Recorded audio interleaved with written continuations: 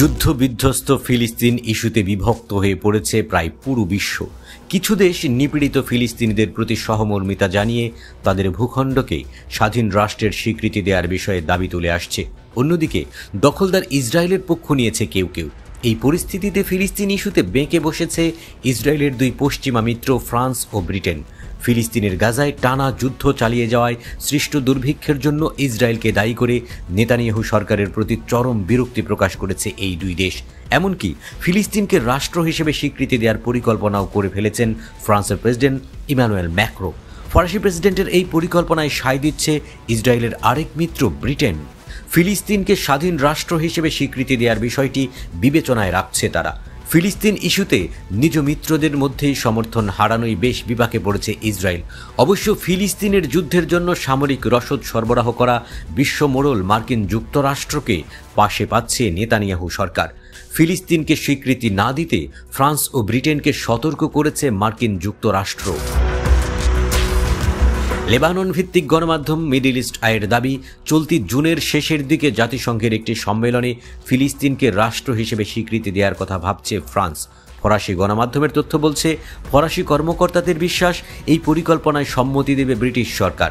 এদিকে ফিলিস্তিনকে স্বীকৃতি দিতে জাতিসংঘের সম্মেলনে দাবি জানিয়ে আসছে আরব দেশগুলো। তাই বিশ্বমহলে ইসরায়েলের পরিবর্তে ফিলিস্তিনিদের প্রতি সমর্থনের পাল্লা দিন দিন ভারী হচ্ছে। সম্প্রতি ইসরায়েল ও ফিলিস্তিনকে আলাদাভাবে স্বীকৃতি দেওয়ার পক্ষে মত দিয়েছেন ব্রিটেনের পররাষ্ট্র সচিব ডেভিড ল্যামি। ইসরায়েল ও ফিলিস্তিনকে দুটি আলাদা রাষ্ট্র হিসেবে স্বীকৃতির মাধ্যমেই গাজায় শান্তি ফিরবে বলে মতামত দিয়েছেন তিনি। এছাড়া ব্রিটেনের অবিলম্বে ফিলিস্তিনি রাষ্ট্রকে স্বীকৃতি দেওয়া উচিত বলে সম্প্রতি জোর দাবি জানিয়েছে দেশটির বেশ কয়েকজন এমপি। ব্রিটেনের পররাষ্ট্র বিষয়ক সিলেক্ট কমিটির সদস্য লেবার পার্টির এমপি উমা কুমারান বলেন, নির্বাচনের সময় ব্রিটেনের এই সরকার ন্যায়সঙ্গত ও স্থায়ী শান্তির পদক্ষেপ হিসেবে ফিলিস্তিনকে স্বীকৃতি দেওয়ার প্রতিশ্রুতি দিয়েছিল। এই ব্রিটিশ এমপি বলেন, আমি ফিলিস্তিনি রাষ্ট্রের স্বীকৃতিকে দৃঢ়ভাবে সমর্থন করি।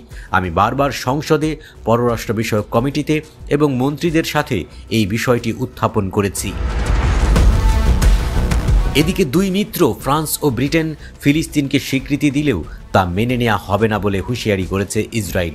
ফিলিস্তিনি রাষ্ট্রকে স্বীকৃতি দিলে ইসরায়েল পশ্চিম তীরের কিছু অংশ মূল ভূখণ্ডের সাথে সংযুক্ত করতে বাধ্য হবে বলেও সতর্ক করেছে দেশটির উগ্রবাদী মন্ত্রী রন ডারমার। যতই দিন যাচ্ছে দখলদার ইসরায়েলের আগ্রাসনে নিরীহ ফিলিস্তিনিবাসীর দুঃখ দুর্দশার চিত্র গোটা দুনিয়ার সামনে ফুটে উঠছে। এসব কারণেই বিশ্ববাসীর কাছে, এমনকি নিজ মিত্রদের কাছেও সমর্থন হারাচ্ছে দখলদার নেতানিয়াহু সরকার।